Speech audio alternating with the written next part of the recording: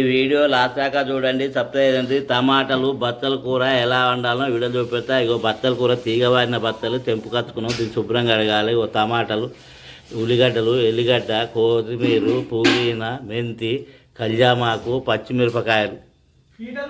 బత్తల కూర కోసి రెడీ పెట్టుకున్నాం. స్టవ్ వంట పెట్టినాం. స్టవ్ పైన మట్టి కంతులు పెట్టుకున్నాం. 2 చెంచాలు నూనె పోసుకోవాలి.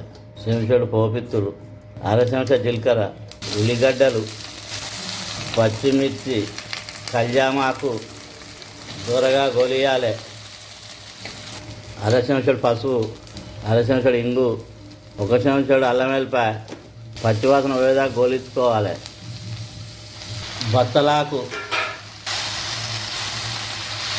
టమాటా, 1 చెంచాడు కారపొడి, తగినంత ఉప్పు ఇలా మొత్తం కలుపుకొని ఒక 20 నిమిషాలు ఉడికించుకోవాలి.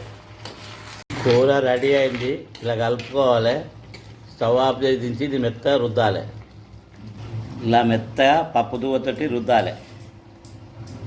బచ్చల కూర టమాటా రెడీ అయింది. గుమగుమలాడుతుంది. వేడివేడి అన్నంతో కానీ, చపాతీతోటి కానీ, పూరితోటి కానీ తింటే చాలా రుచిగా ఉంటుంది. ఈ బచ్చల కూర ఆరోగ్యానికి చాలా మంచిది, చల్లదనం.